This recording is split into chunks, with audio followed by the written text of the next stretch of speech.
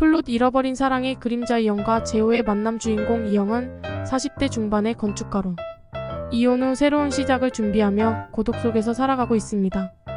그녀는 자신의 결혼이 실패로 끝난 후 사랑이라는 감정에 대해 회의적입니다.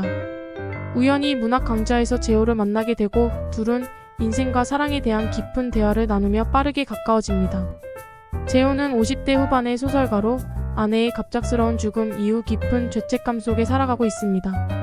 그는 글을 쓰는 것도 그만두고 은둔 생활을 이어가고 있으며 이영과의 만남을 통해 오랜만에 삶의 활력을 느끼기 시작합니다.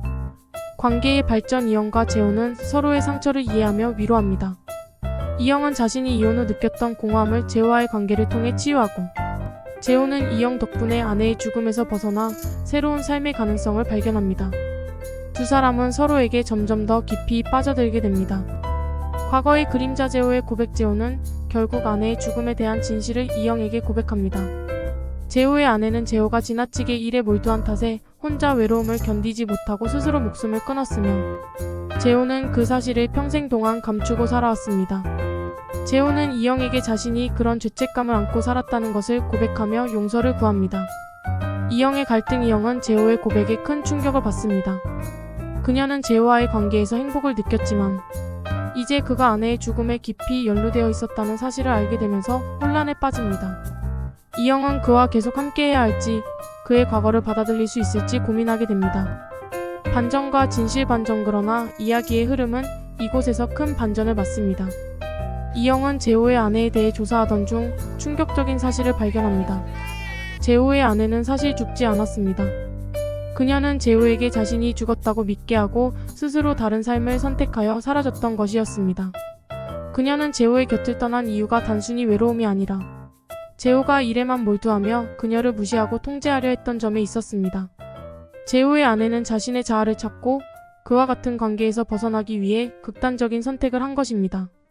진실의 대면. 이영은 재호에게 이 사실을 알리지만 재호는 자신의 아내가 그렇게 떠났다는 사실을 믿으려 하지 않습니다.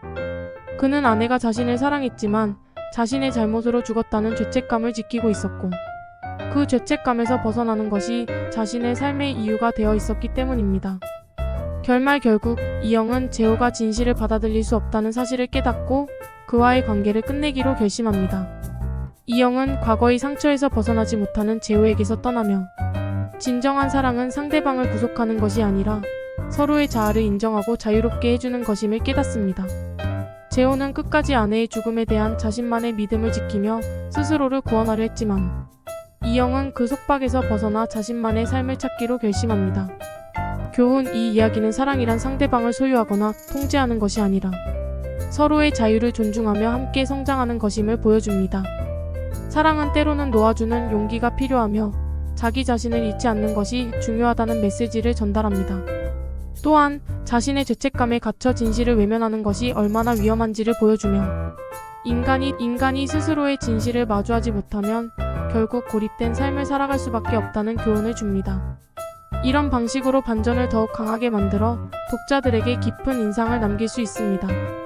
이야기를 이끌어가는 동안 독자들은 재호의 고백이 모든 것을 설명해주는 것처럼 보이겠지만 마지막에 이영이 진실을 발견하고 재호가 그 진실을 받아들이지 못하는 장면은 강력한 충격을 줄 것입니다.